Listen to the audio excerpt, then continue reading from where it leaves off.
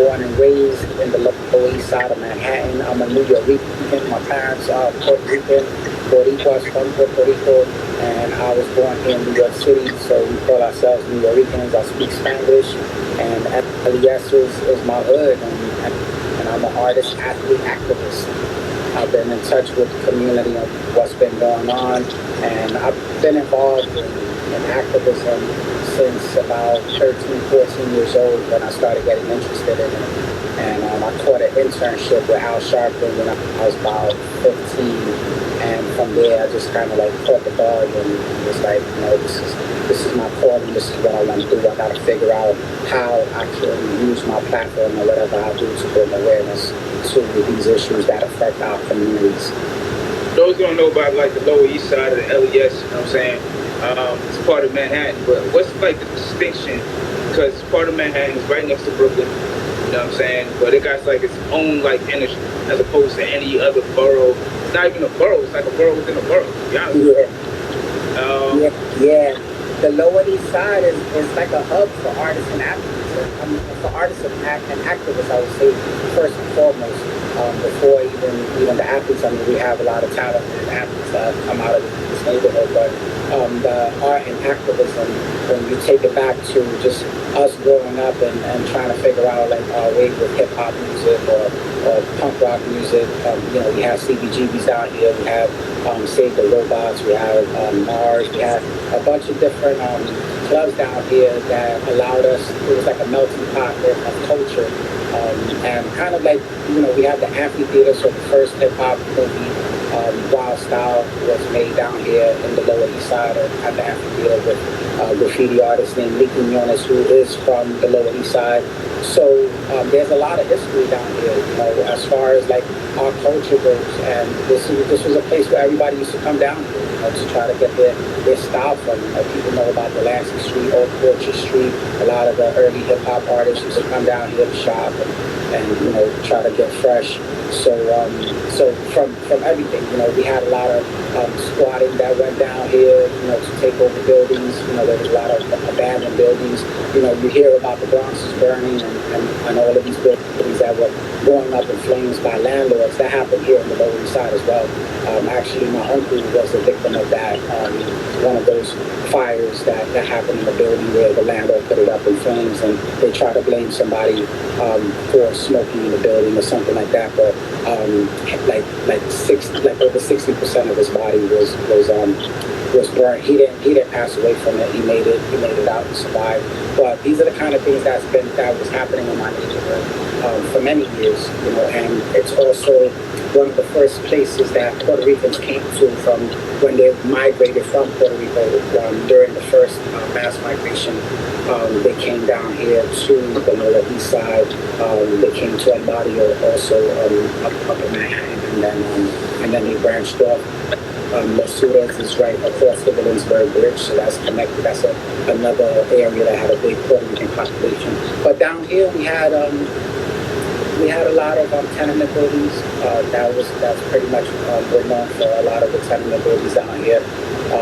Now you see that change drastically with a lot of these like commercial clean cut buildings that have been going up, and then the roots and the flavor of the neighborhood, as far as like we're talking about architecture and stuff, is being taken away. But a lot of history down here. The Lyricist Lounge started down here on Orchard Street. So a lot of things happened down here in this community where we were able to mix with people no matter what background they were from, just the love of art and the love of music. I'm gonna touch back with the Lyricist Lounge because it's so crazy. Yeah, I know about the Lyricist Lounge and the mechanics of it, but it's so crazy because the Lyricist Lounge came about. I already moved to California, and so I was just watching it on TV, and I was just super hyped just to see it, on MTV. And then they had the skits and everything like that, and all the artists and the MCs just come on there and do this thing. And I remember just going to school, like, yo, you watch the Lyricist Lounge, you see what's on there, have that conversation, you know what I'm saying? So that's dope. But I want to get more into the activism side real quick. So There's a sister that came on here and said Tompkins Square Park is an oasis of beautiful energy. That's the sister Phoenix. Yeah, Phoenix, that's right on. Somebody sent me a picture. I used to host they used to have these marijuana parades. I don't know, I forget what it was called, Weed Day or whatever, but that was part of a community that I was part of, and we used to do that at Washington Square Park. They sent me some flicks, and I was like, oh, that was way back. That's, see, the crazy part about it for people who are watching right now, man, this guy's history is so crazy, man. You know what I'm saying? Like, you know what I'm saying? Even talking about Washington Square Park, there's like a whole history behind that energy over there. Yeah. You know what I mean? As far as out there, you had Supernatural was out there. Yeah, Supernatural. All the MCs used to go there and start their ciphers, and we used to be up and down, you know, West Fourth and Washington Square Park, and Phoenix said Harold Hunter. Yeah, that's right. The brother Harold Hunter. You know about Harold because, you know, we do the Run for Harold every year. He runs State Road to raise money for his foundation. So that's how you heard about it, the bridge runners and stuff like that. But Harold was a brother from the neighborhood, and he was in that movie Kids as well. So it's been a pretty well-known movie. There was Aria Dawson's also from my neighborhood. So, you know, we have a lot of Louis Guzman was just on my live the other day. So yeah, I keep that. But yeah, do your thing. Oh no, that's all good. Well, so let's talk about what's going on in Puerto Rico right now. Right? I mean, for the last few years, Puerto Rico's been hit heavy between natural disasters, between the economy, the infrastructure, the lack of resources, the help that's been provided by the U.S., the disenfranchisement, everything. What sparked your activism? I know your parents are from there, but like, you know, you had that, you said 14 years old. You've been very like adamant about spreading the message of what's not just going on in Puerto Rico, but just universally within the government. What's driving you for that? Yeah, so absolutely. So from an early age, I was just curious on how I can help out and how to help amplify the voice of those who either weren't being heard or who were too timid to even speak out. And so when it comes to Puerto Rico, our people are so prideful, and that's part of our, I would say, our DNA as to not want to ask for help, or if somebody asks you, are you okay, do you need anything, and the first thing is like, no, I'm fine, you know, I'm good, but really they may not be good. And so knowing that from my history as being a New Yorker, and knowing that from my family and how we are, when the hurricanes happened, I knew that there was something that was going on over there that wasn't being talked about. And so throughout my activist work and working with different communities and organizations, I was able to connect with people that were actually sending aid out there. And what we were hearing was that the aid that was being sent out there was being confiscated and it wasn't being shared with people. And so when we started hearing about that, we started figuring out ways of how we can make these collections and then make sure that we go out there ourselves and connect with people to make sure that that aid is released and being distributed to the people. So that's first and foremost. I just saw that there was a need, and one of my biggest idols is Roberto Clemente, and he's famous for baseball, but he was a humanitarian first and foremost. He actually lost his life bringing aid to earthquake victims in Nicaragua because of the same issue that was happening. He was sending aid out there, and the government was confiscating it, or these corrupt people was confiscating it, and it wasn't getting to the people. And he decided he was going to go on a plane, loaded the plane, and he was going to make sure it got to the people. Unfortunately, that plane didn't make it, and so he passed away. But just his history and his drive to help the people, and being one of my heroes, I thought that it was important for me to get with different organizations that are doing the good work and go out to the island and put myself in that position to try to help and do what I can to amplify the voice of the people. So throughout, that was the first real catalyst of getting me out to the island. Because prior to that, I visited a couple of times, but it took that disaster to happen for me, and innately in me, something in me that was calling me, saying, you know what, you need to be out there. And I was actually on the road with Master Ace when it was happening, and I couldn't help. So I made it my business that I was going to dedicate my time and my efforts and everything that I was doing to help. So we started doing fundraisers out here. I helped to produce 3 sold out shows of this play, the book called The Brief Wondrous Life of Oscar Wilde by this author named Juno Diaz. We reached out to him. He gave us, he gave us, so that brother gave us the rights to use his book and be able to put together a production. So we did 3 sold out nights. We raised money. We were able to send stuff to Puerto Rico, connect with different organizations. And from that, we just kept the relief work going. We were connected with an organization called People of Sunset Park, based out of Sunset Park.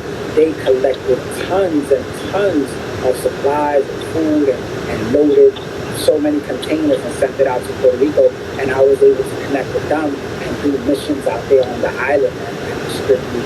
And it's something that is a calling for me. So wherever that need is seen, that there's a necessity, I try to figure out how can I help, how can I use my connections, what exactly is my purpose for being here on this earth if I cannot help, if I can't utilize whatever connections I have. I've never been one to hoard resources, never been one to try to keep, connections away from people. And I'm really trying to bring that awareness to people, because that's what has stopped us from evolving, is this new mentality of this thing of being afraid to share resources with your people, and that has held us back from evolving. So during this moment of this quarantine and stuff, I've been trying to share that, the importance of that with people, because what I've experienced during Hurricane Maria and the earthquakes and moving forward to now where we are now is that only the people will save the people. So let pueblo salve pueblo. And that's a reality that I know and I see. And right now, the government of Puerto Rico is continuing to abuse the people. It happened with the earthquakes. I was actually out there in February helping with the relief for the earthquake victims that have lost their homes. There's tons of kids that, that they're living in tents. They don't have school. When before the Hurricane Maria, they had this thing. There's a debt crisis happening in Puerto Rico, where basically all these hedge funders, the government of Puerto Rico has been borrowing all this money and stealing money from the people, and in the name of saving money to pay back these vultures, they basically been closing down schools, breaking up communities. People have been leaving the island because they're desperate, looking for work. So there's so much going on, and right now with this COVID situation, they're using it to further oppress the people. I'm going to get into the further repression of the people. Before I get into that part, so in most spaces of physical activism, even if you're not physical, let's say you're like, Sean King is not necessarily a person that goes out on the street, but he's active when it comes to phone calls and social media. Like, that's his lane. He's there with it. So a lot of the things with activism, especially when you're on the ground, when you're doing the footwork, you're putting yourself at risk. Do you ever feel as if, you're at risk at certain points because you're doing this particular work? Yeah, but what it is that I learned from early on that I used to always want to be in the line of fire. I always wanted to be the person that was there to stand up for somebody. If someone was being mistreated, I always spoke out. So I always put myself in that position. And even in Puerto Rico, at one point I was like, well, maybe I should hide my face, or not always come out with my hair out so I don't not too recognized. But those thoughts came to my mind. But what I've been when I started getting into more meditation and really getting in tune with my spirit, I started allowing my spirit to lead. And so that has been my guide when it comes to my activism. So I'm not afraid. It's more of a thing where this is something you have to do, because not enough people are doing it because all of this fear has been instilled in them. So if I have that opportunity, or if I had that wake up moment where I realized that if my spirit leads me, then I'm doing what I'm supposed to be doing. So even recently, I was out there during some protests that happen every May. It's called May Day, and El Primer de Mayo, May 1st, is a huge protest that happens on the island, and it's basically bringing awareness to the Fiscal Control Board. There's a Fiscal Control Board that's basically the government of Puerto Rico, not the government of Puerto Rico. When you say there's a governor, there's a president of the Senate, that's separate. That's something that was put by this government to control the people. But now, when this debt crisis happened, they put in something called, they passed the Promesa Act, the Promesa Law. This allowed the Congress of the United States to appoint certain individuals to be part of a board to help to recover that money for these vultures. And so that is the real government of Puerto Rico, because they are the ones that are saying the money can be used like this, it can't be used for this purpose, and then now we have to close these schools down, and we have to cut the pensions of the people, and all of these austerity measures. So every May there's an organization called Se Acabaron la Promesa, along with, it's called the promises have ended, because this lay was called the Promesa Act. So the organization is Jornada Se Acabaron la Promesa. So part of this organization and a bunch of teachers, and because they've been trying to privatize schools, they've been making it more and more difficult for the people to get educated, and that's all part of them, doing what they do with the people, right? Making them feel like they're worthless, not teaching them their history, period, because even when you go to school, you're not being taught this. Yeah. So there's a lot of things that happen on the island. So when I went, so that May, I'm talking 2 years ago, I went out there and I was part of this protest, and I saw firsthand how the police and their missionaries treat the people when they try to voice their opinion. And we were there just kind of like, protesting, and right away they started like shooting people with rubber bullets and tear gas. And it was the first time that I ever experienced cover myself up, and they were just shooting this tear gas at people. Babies were out there, kids, grandmas, doesn't matter, because the people were out there just to voice their opinion, voice what's going on, and protest what's happening. And that's the way they shut the people down. And so I experienced that firsthand.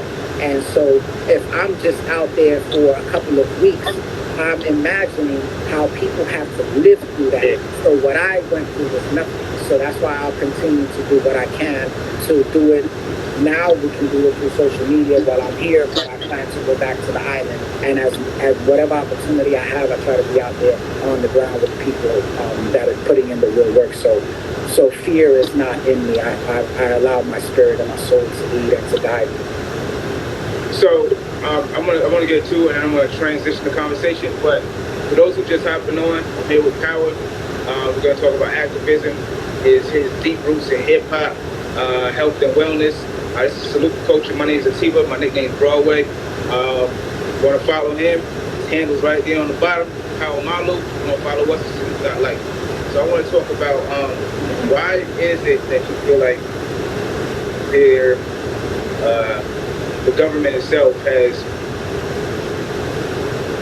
enforces disenfranchisement of Puerto Rican people? So people, if they look at the history of Puerto Rico, you would realize that Puerto Rico has been a colony of the United States for over 100 years.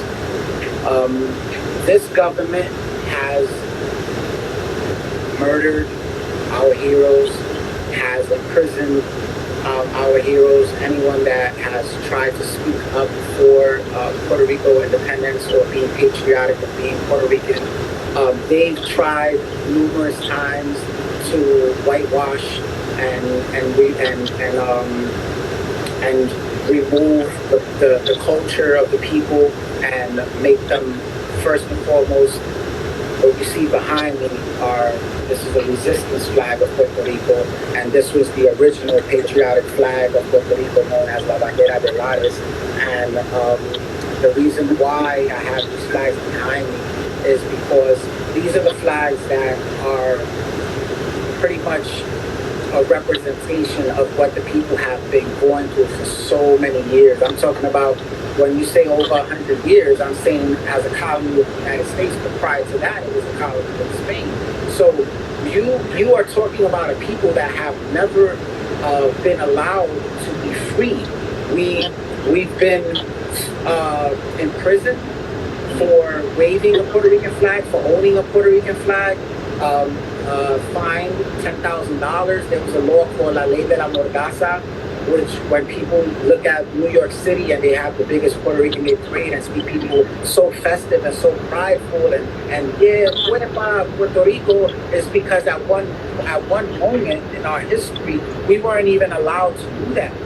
They put so much fear on the Puerto Rican people to stop them from being prideful. So when you think about our heroes, Don Pedro Albizu Campos, was tortured. It was basically all of these chemicals were used to torture this man because he was the leader of the Nationalist Party. He was bringing so much awareness to what's happening on the island. You're talking about a Harvard graduate. You're talking about somebody that helped Ireland with developing their first constitution.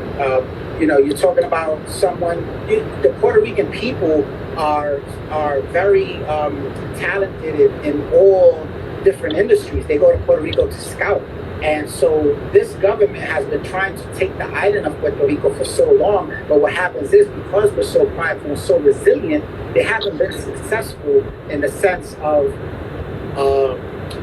removing the people right away. So it's been a process of mass migrations. We used to have be able to grow coffee and we were able to grow different crops, and now they turned it into a one crop economy, so that it became a thing where, okay, now it's only going to be sugar, and then now we're going to give you partial citizenship so you can fight in the wars for us. And so all of these things that were given to the Puerto Rican people were not because they want Puerto Rico to be part of the United States. Never did they ever want that. There's this thing called the Insular cases, where there's this judge, Judge Brown, who is the same thing. When you look at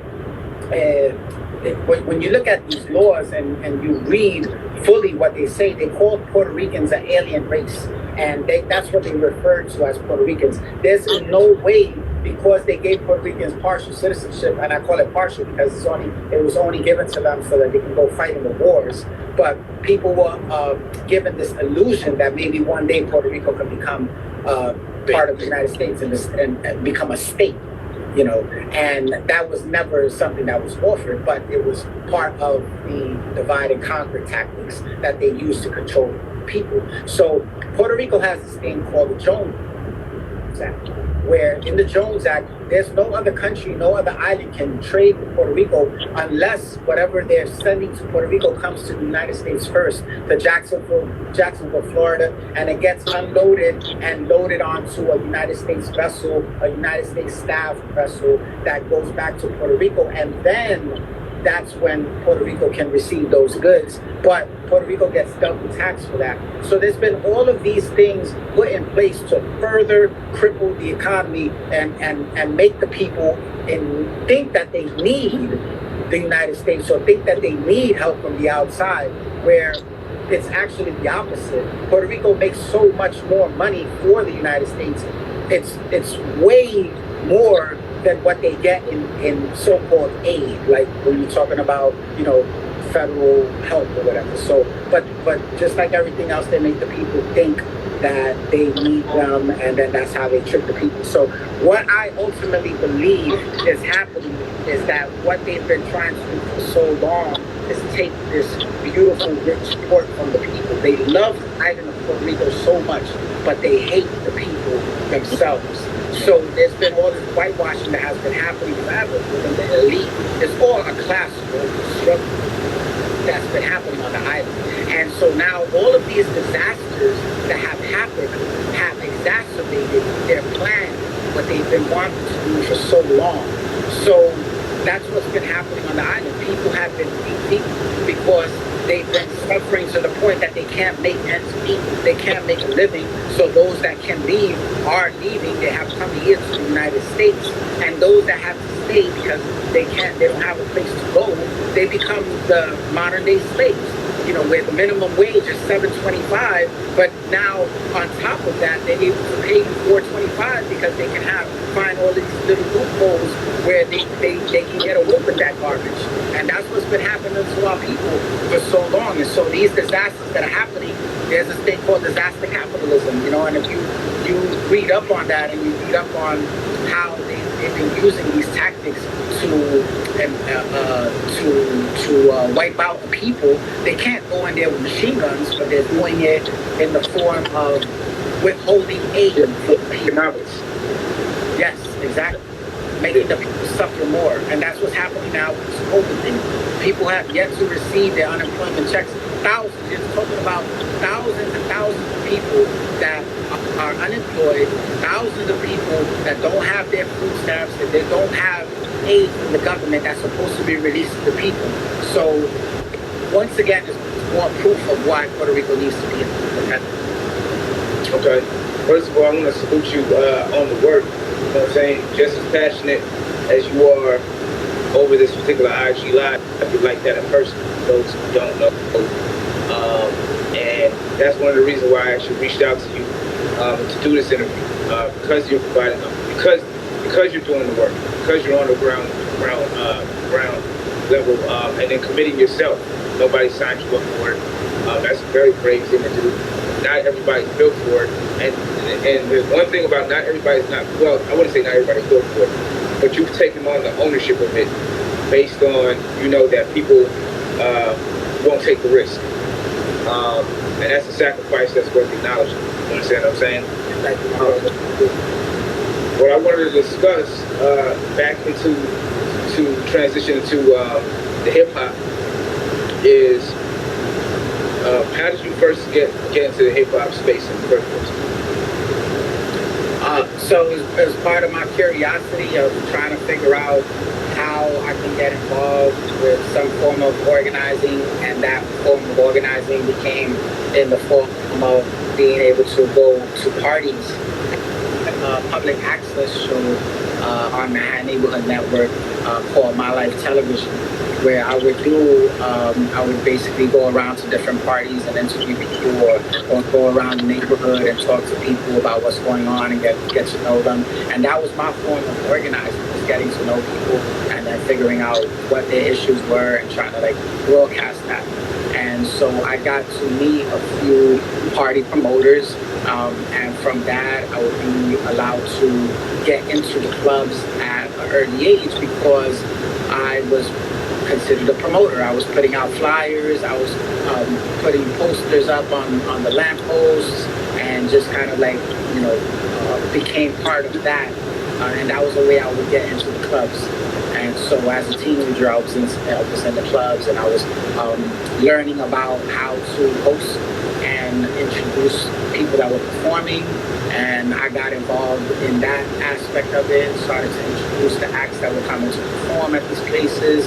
I connected with the guys from the Lyricist Lounge because I was actually one of the guys that founded the Lyricist Lounge. Danny Castro is from the Lower East Side, and he's from my neighborhood. It's 2 blocks away, and he actually was instrumental in putting together the public access show that we have. We used to all work together and just kind of like come up with ideas and just run around the city. And at that time, you had the Lyricist Lounge showcase that was happening, which I said earlier started on Orchard Street, but then from there it was branched off to different club venues. And so I became a part of that. I started helping to host that, helping to promote that. And so as all of these different worlds that I was a part of continued to grow, I never lost my to bring awareness to what's going on in the community, locally and abroad, wherever I was connected to. So that's kind of how that happened. It was through my public access show that I had, and then that kind of like branched off to promoting parties and hosting parties, and then just like my love for the culture was always there. growing up in this neighborhood. As I said, while I was started in the amphitheater, was filmed in the amphitheater, and then I was connected to different styles of music, freestyle music, which was still a part of hip hop, and just like gang culture and just like posses and things of that nature. I was always around it, and so I absorbed it all. So the crazy part about it is like, again, the LES, right? If you think about it, you got Brooklyn, you got Uptown, you got Harlem, you got the Bronx where hip hop started. You got Shaolin, you got Staten Island, whatever the case may be, Long Island, all these places where all these great artists come from, right? But the LES was the not even, like, again, the borough within the borough, the one that actually made it on television was Lyricist Lounge. How did that come about? So because I had that background in acting and doing sketches for the public, what happened was that the showcases would happen, and I was a part of that. I would host some of the showcases, and then I was connecting with the different artists. And Wordsworth, which is one of the artists that one of the producers / founders of the actual television show that you're referring to, he was just an artist that would perform at Lyricist Lounge. And so what happened was, during the recording of one of the albums that was being put out by Lyricist Records and Lyricist Lounge, the guys were in a waiting room, and in that waiting room, they were just kind of like freestyling, and Word was assumed the position of a teacher, and kind of like he was kind of teaching the class, and in rhyme, kind of, they were throwing words at him, and he was like freestyling and that sort of thing. So that kind of sparked the idea of there's something here. And then so me knowing the guys and knowing my background, they invited me in. Myself, Wordsworth, Master Cool, were the original cast members of the Lyricist Lounge, and we were actually the original core group that created the first sketch that we pitched to MTV, and we did that live. They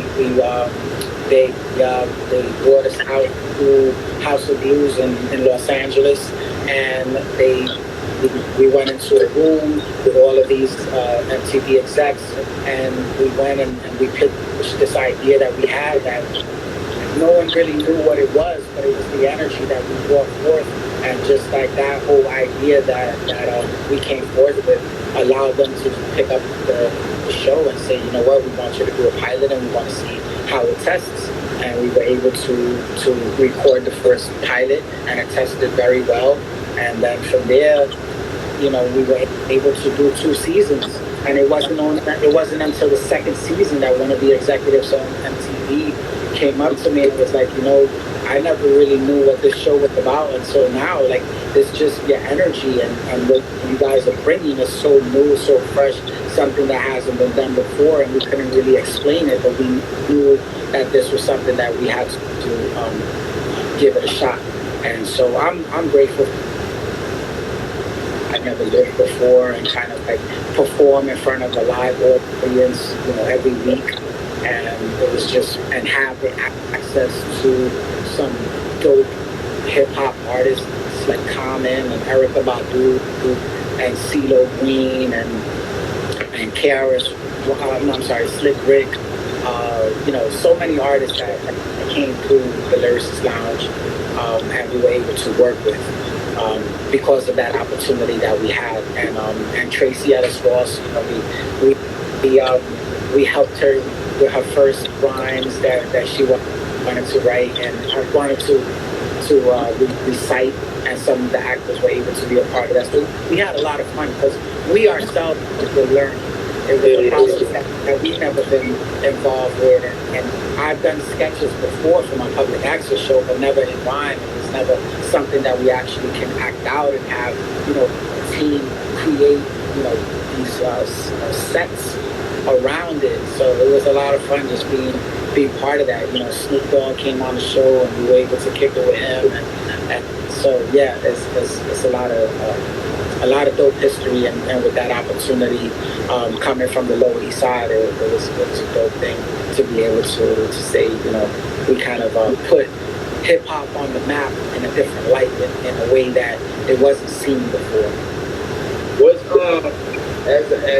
yeah, oh, let me tell you, boy, you know what I'm saying, like who's gonna be on the next show, whatever the case may be. So you know how I found out the connection between you is like we were running one day, bridge runners, and people don't know, you know what I'm saying, we were running and we ran by this, I guess it wasn't off Orchard Street, it was over by someplace, it was like a booth, and you were like, yo, this is where the Lyricist Lounge was at, blah, blah, blah, or whatever. So back then I knew like that was the connection, you know what I'm saying, I started like seeing like, and for me that hit, because I was like, damn, I'm a kid like watching it on TV, you know what I mean? What was like the most hip hop, the most dopest hip hop moment in that? It doesn't have to be the Lyricist Lounge, just in general that happened to you that you're like, damn, this really happened.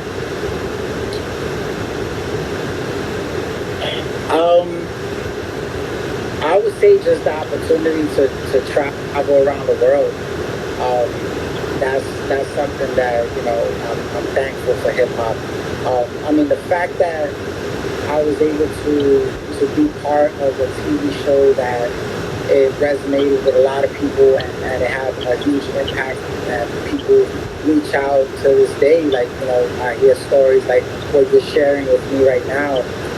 It made me feel like how when I used to run home to watch Video Music Box, because that was a space where people would go and watch videos, music videos and stuff.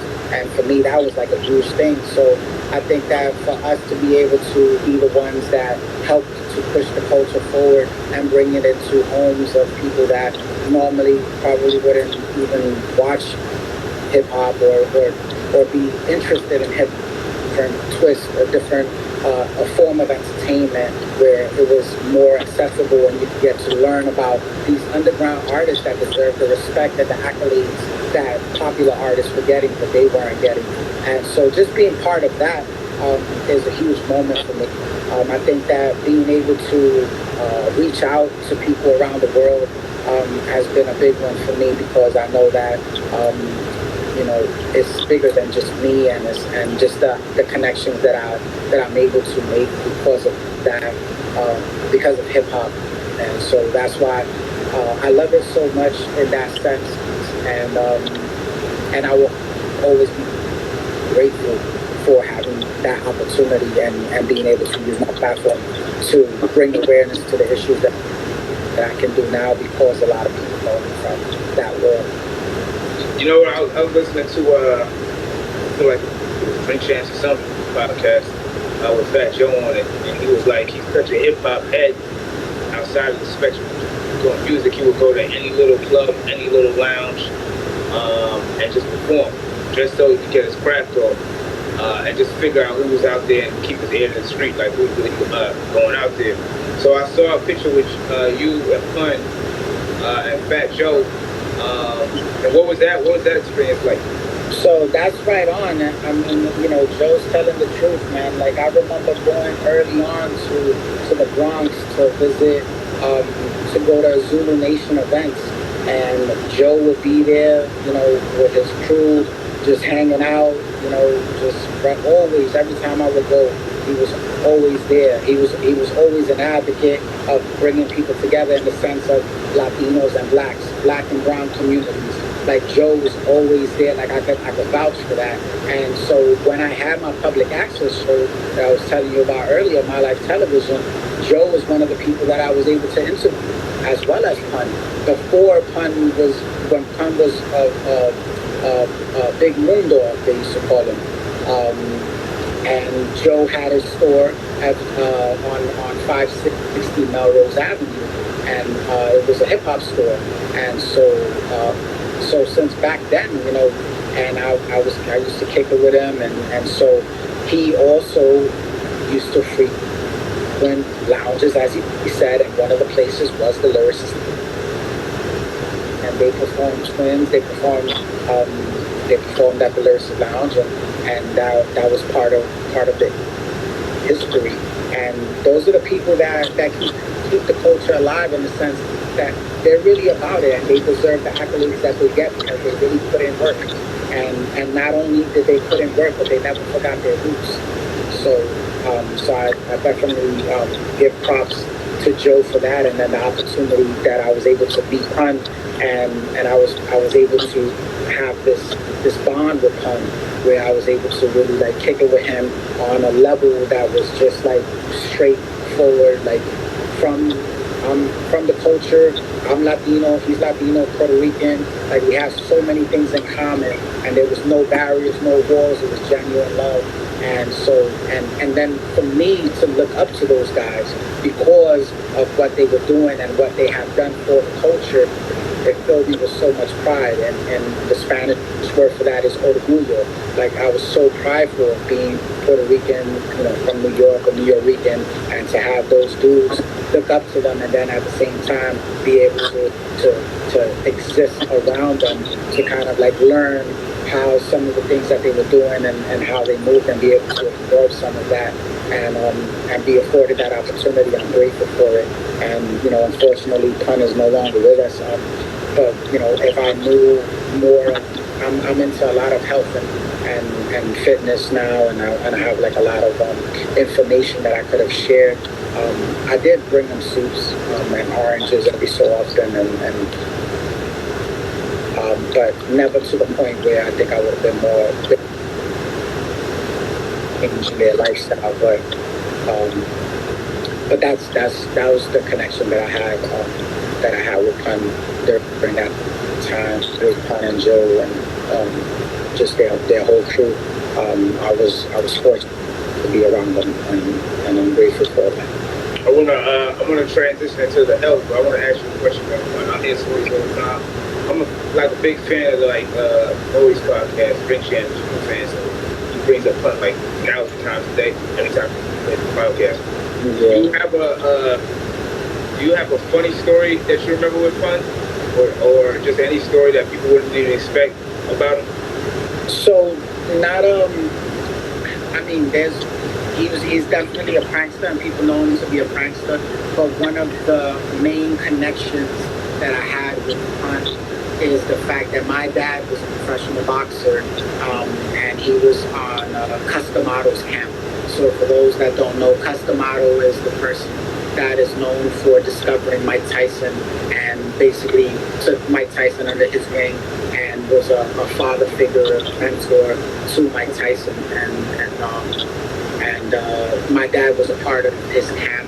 Before Mike Tyson was discovered, Customado had a gym here on the Lower East Side, on 14th Street, actually, by Union Square, where there was a PC Richards there. Now, what's going to happen to that? But there was a gym there, and so my dad was part of that. I know exactly what you're talking about, right there on 14th. Yeah. And they even had a Taz Steakhouse that my dad used to go to after the gym. I remember I was about like maybe 6 years old.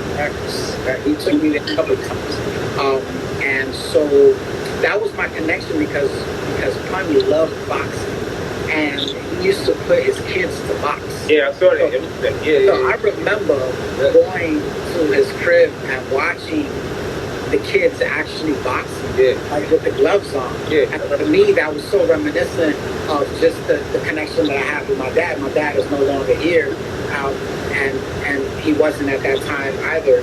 He passed in '97, but that was another real genuine connection that I have with Pun that surpassed anything. It was just that feeling and that vibe and that connection for the love of that sport, and connection to my dad. So that even secured and solidified it even more. I mean, I've had conversations like one of the most craziest things is we were at a spot, and Chris Lighty, rest in peace, came.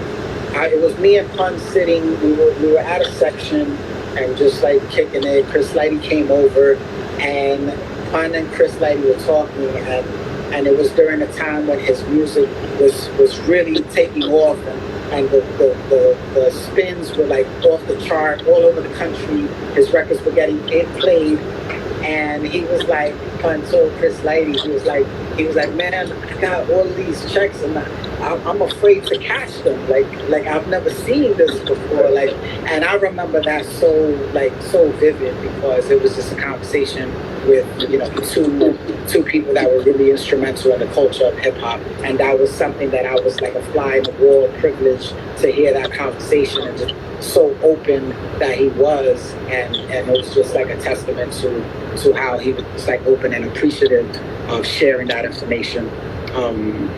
That was really personal, but it was something that he was really dealing with. It was like very overwhelming, the way his career took off, like overnight almost, it seemed. But he's been grinding for a while. But just to know how that can happen like that, and I was around that to experience that, and his reaction to it. Okay, all right. So let's talk about, because you just brought up the health aspect. Definitely with not just with open toe boxing, but just in general. When did you become a full-on advocate for health? Why is it important in the Black and Brown community? And talk about the community of bridge runners and what you're doing with open toe boxing. So that's something that, again, early on. So I was pretty considered overweight. I had injured my ankle a couple of times, and I was always into wanting to play recreational sports, play basketball, baseball, football, and my weight kind of like held me back a lot. So I started being curious. Once again, it's about me wanting to figure out a solution for something that I deemed was a problem or something that was holding me back. And so I started asking questions. I had a couple of friends that were into fitness, my cousin of mine that was into health and fitness, and they were learning about these different herbs and these different ways of eating that you can help to kind of like curb your appetite and kind of like work on your mentals at the same time. And I have family members that have diabetes, that have issues with blood pressure. And then within my community, I knew a lot of people that were dealing with a lot of health issues. So I took it once again upon myself to learn a little bit more about it. So I started asking questions, and as I learned more, I became the guinea pig per se in that way, because I wanted to try out whatever I was learning before I presented it to anyone. I wanted to always be an example. So I started trying intermittent fasting, and when I started doing intermittent fasting, that's basically you can fast maybe from 18 to 24 hours. So, for example, if today I stop eating at 5 p.m., then tomorrow my first meal would be at 5 p.m., and that's a complete 24 hours of not eating. And I learned that when you're able to give your body a break from digesting foods, then your body is able to repair itself and better able to heal itself from any ailment or any kind of like discomfort that's happening, or any type of disease that's happening. So you have to give your body a break, and that's part of the detoxifying process. So within all of that, just learning about fasting, learning about certain foods that my body was more receptive to, foods that my body rejected, and really paying attention to that. And so it gradually happened where I started getting into learning about meditation. I was introduced to meditation through Kundalini Yoga, which was more of a kind of like deals with the chakras. And it was something that I was introduced to in California. So I had all of these seeds that were planted, and little by little they were blooming, and they started to grow at the same time, where I was getting this information and I was able to connect everything that I was learning and putting it into practice, and then seeing how the effect that it was having on me. Once I started seeing that and really knowing the effects of it, then I was able to share that with others. And I was getting into working out, started doing calisthenics, And then, people in my neighborhood would see me and they knew me for being this chubby kid. And then they start asking the questions and then I start sharing with them. And then from all of that, I started becoming an advocate of you don't have to eat so much. You just have to eat nutritious foods. And I start sharing the different things that I learn about, like black seed oil and flaxseed and the coconut oil and almond butter and drinking almond milk instead of regular milk. And everything that I was learning, I was sharing with the people in my community. And little by little, they started changing themselves. And it was more of me being able to be an example because it can be done.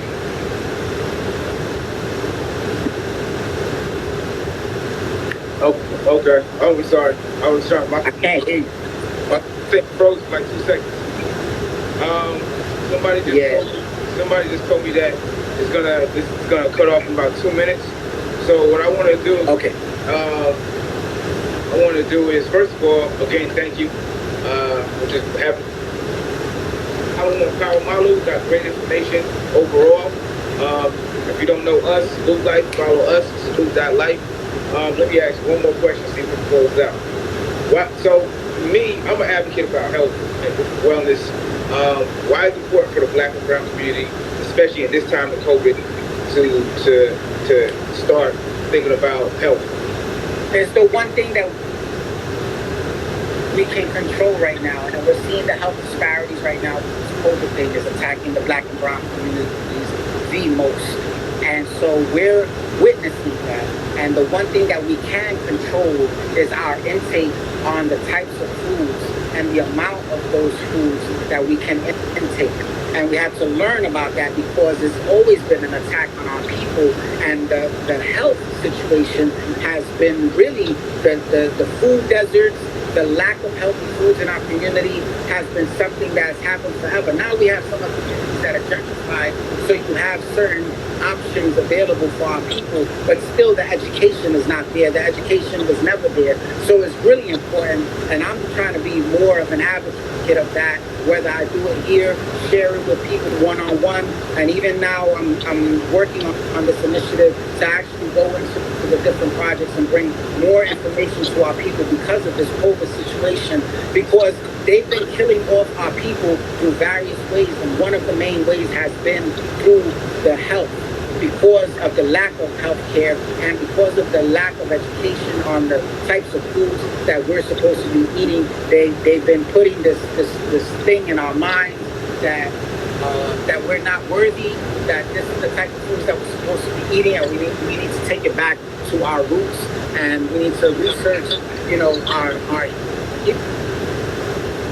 that we're supposed to be intaking to help to empower us, nourish us, and fulfill our spirits.